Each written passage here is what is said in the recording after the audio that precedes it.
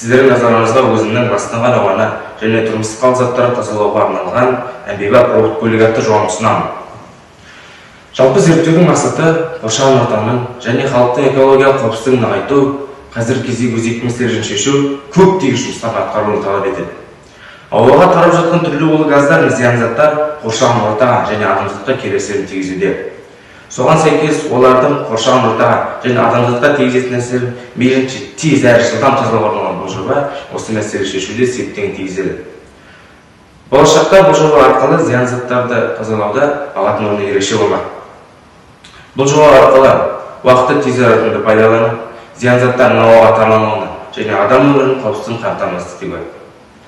Енді жобаның мақсатын айта кететін болсам, жобаның мақсаты қазіргі кездегі экологиялық мәселелер, соның ішінде ауаға тарап жатқан түрлі улы газдар мен тұрмыстық қалдықтардан тарап жатқан зиян заттарды тазалау жұмыстарына барынша қолдау көрсету, көмектесу.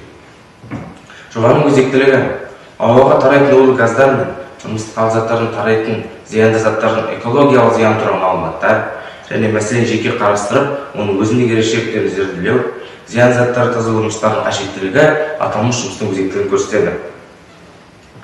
Енді жобаны сипаттай кететін болсам, жоба өз қиялынан туындады. Жобаның артықшылықтары оның атқаратын қызметтерінің бір жерде шоғырлануы және жоба робот көлік бейнесінде жасалған экологиялық таза күн көздерін қуат алады. Енді жобаның атқаратын қызметтерін айта кетсем, бұл күнделікті өмірде шығарылып жатқан тұрмыстық қалдық заттарды жинауға арналған құрылғы. Бұл құрылғы тұрмыстық қалдық заттарды жинап, оны арнайы бөлікке жеткізеді, ал арнайы бөлікте тұрмыстық қалдық заттар залалсыздандырылатын болады.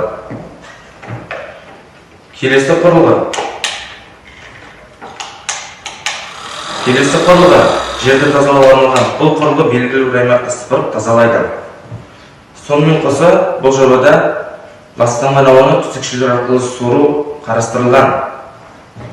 Ластанған ауаны соруға арнайы сору құрылғысы көмектеседі.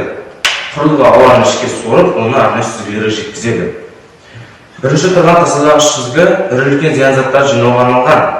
Одан кейін ауа көмір сүзгіге жетеді. Көмір зиян заттар жақсы сіңіреді, соған сәйкес ауаның тазалығын жақсы қамтамасыз етеді. Көмірлі сүзгіге шыққан ауа нейросүзгіге жетеді. Нейросүзгі өте ұсақ, кішкентай зиян заттар жинауға арналған. Осы үш сүзгіден шыққан ауа арнайы құрылғы арқылы сыртқа шығарылатын болады. Сонымен қатар бұл жобада арнайы экран арқылы бақылаушыға тұрмыстық қалдық заттардың орналасқан жерін көрсететін құрылғы бар.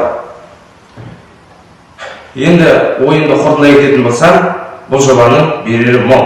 Назарларыңызға рахмет.